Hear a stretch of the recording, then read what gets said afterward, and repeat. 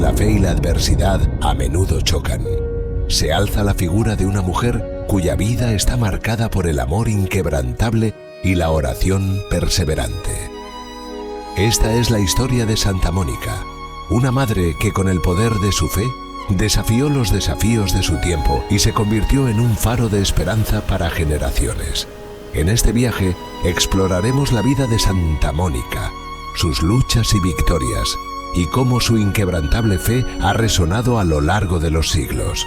Prepárate para sumergirte en una narración inspiradora que celebra el poder de la esperanza y la perseverancia en tiempos de dificultad.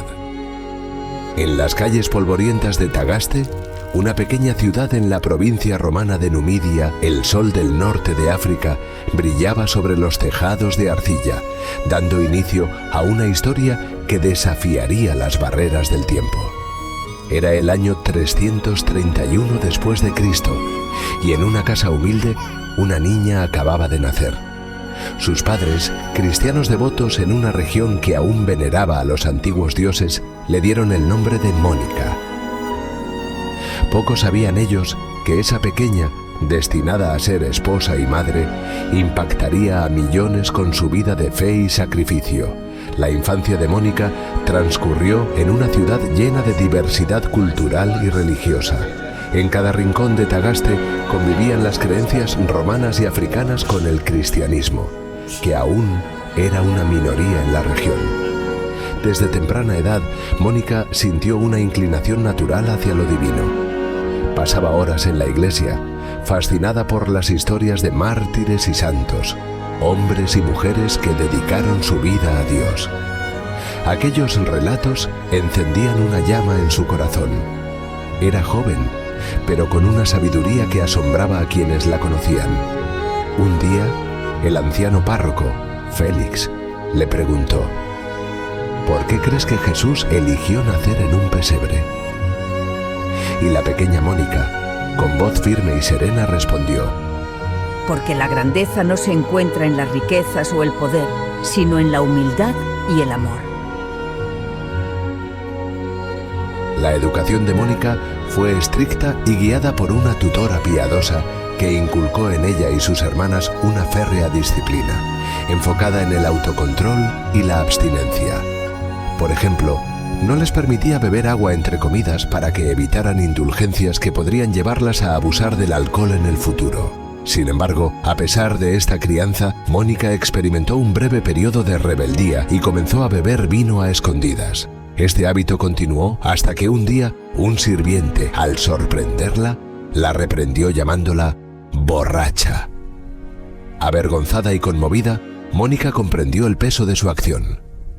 Este incidente marcó un punto de inflexión en su vida, llevándola a una profunda reflexión y posterior arrepentimiento. Decidió entonces abandonar el vino por completo y fortalecer su compromiso con la fe cristiana, lo que la prepararía para las pruebas que vendrían más adelante. Al crecer, su vida se entrelazó con la de Patricio, un hombre de carácter fuerte y temperamento inestable. Aunque era pagano, sus padres arreglaron el matrimonio para asegurar un futuro.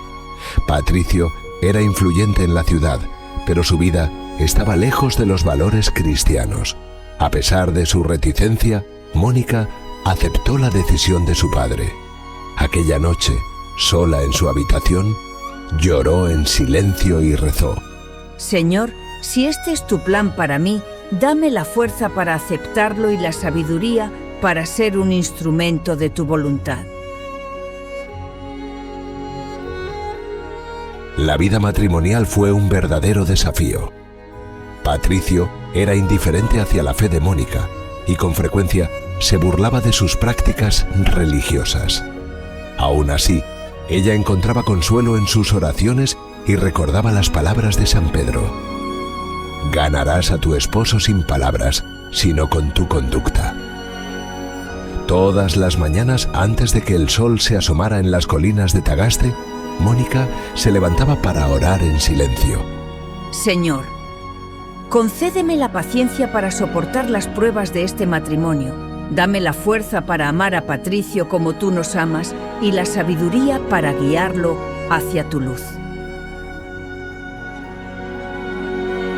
Con el tiempo, su bondad y paciencia comenzaron a ablandar el corazón de Patricio, quien, aunque seguía siendo pagano, empezó a respetar la fe de su esposa.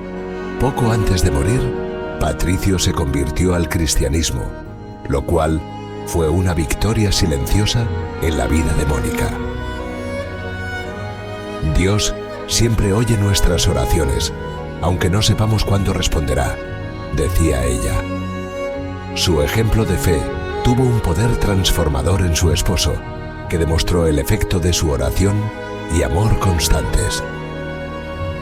El hogar de Mónica también fue complicado por la presencia de su suegra, quien tenía un carácter difícil y muchas veces se mostraba hostil. Sin embargo, Mónica logró sobrellevar esta convivencia con paciencia y serenidad, logrando finalmente que su suegra también se convirtiera antes de morir. Esta situación mostró su habilidad para transmitir la fe a través de su ejemplo, influenciando a quienes estaban cerca de ella. El nacimiento de Agustín trajo una nueva esperanza a su vida. Mónica lo miraba y se llenaba de amor maternal y profundo fervor. Mi pequeño Agustín, serás un gran hombre de Dios, lo sé en mi corazón. Sin embargo, los caminos de Agustín no seguirían la fe de su madre tan fácilmente. A medida que crecía, comenzó a vivir una vida de excesos y a explorar filosofías paganas que desafiaban la fe cristiana. Mónica nunca dejó de orar por él. Noche tras noche susurraba entre lágrimas: Señor, no permitas que mi hijo se pierda en la oscuridad. Tráelo de vuelta a tu luz, aunque sea a costa de mi propia vida. En medio de su sufrimiento, Mónica tuvo un sueño revelador. Se vio llorando por la perdición espiritual de Agustín cuando una figura celestial le dijo: tu hijo volverá contigo. Llena de esperanza, le compartió este sueño a Agustín, pero él lo interpretó de manera contraria, sugiriendo que en realidad era ella quien abandonaría su fe. A esto, Mónica respondió con serenidad: No, en el sueño no me dijeron que la madre iría a donde el hijo, sino que el hijo volvería a la madre. Este sueño se convirtió en una promesa divina que le dio fuerzas para seguir adelante. Cuando Agustín se mudó a Cartago para continuar sus estudios, Mónica temía perderlo para siempre. Ella lo despidió con una última advertencia: La verdad que buscas no está solo en los libros, hijo mío, sino en el amor que nos rodea y nos sostiene. En Cartago, Agustín se sumergió más en una vida de placeres y enseñanzas heréticas, lo cual era una constante angustia para Mónica.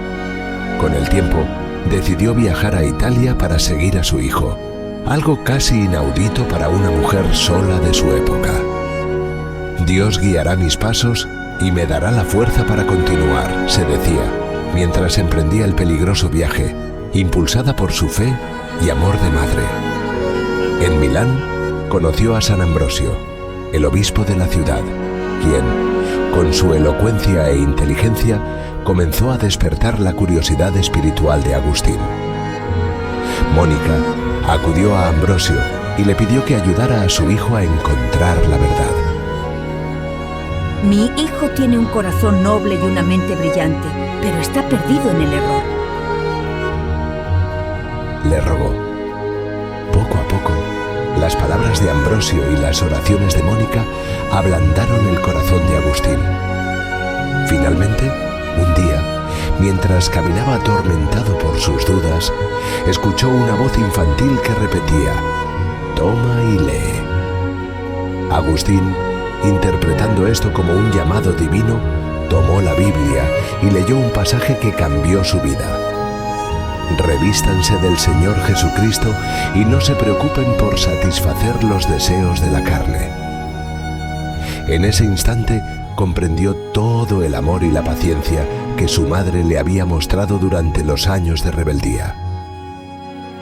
Agustín corrió a contarle a Mónica la noticia de su conversión. Ella, con lágrimas de alegría, miró al cielo y dijo: Gracias, Señor, por escuchar mis oraciones. Mi hijo está finalmente en tu luz. Sabía entonces que su misión en la tierra había sido cumplida. Mientras preparaban su regreso a África, expresó con serenidad: Nada más me queda por pedir en esta vida. Dios me ha concedido el deseo de ver la conversión de mi hijo. En Ostia, mientras miraba el cielo junto a Agustín, le compartió su paz interior. No tengo más deseos terrenales, pues he visto cumplirse mi mayor sueño, la conversión de mi hijo. Poco después, cayó gravemente enferma. En su lecho de muerte, expresó su deseo de ser enterrada en cualquier lugar, confiada en que Dios la encontraría en la resurrección. Mónica falleció en Ostia en el año 387, a la edad de 55 años. Su partida fue tranquila y llena de gracia, un reflejo de su vida dedicada a la oración, la paciencia y la devoción. Su vida es un testimonio de cómo el amor y la oración pueden transformar los corazones y cambiar destinos. La santidad, decía ella, no está reservada para unos pocos. Es un llamado para todos los que decidan vivir cada día en el amor y la entrega. Hoy, Santa Mónica es la patrona de las madres que oran por la conversión de sus seres queridos y un modelo de amor y perseverancia. Su ejemplo nos inspira a recordar que la fe y la oración tienen el poder de obrar milagros, incluso en las circunstancias más desalentadoras. Que el ejemplo de Santa Mónica nos inspire a vivir con el mismo coraje y que sus palabras resuenen en nuestros corazones. El amor, la paciencia y la oración pueden hacer que hasta el más lejano regrese a Dios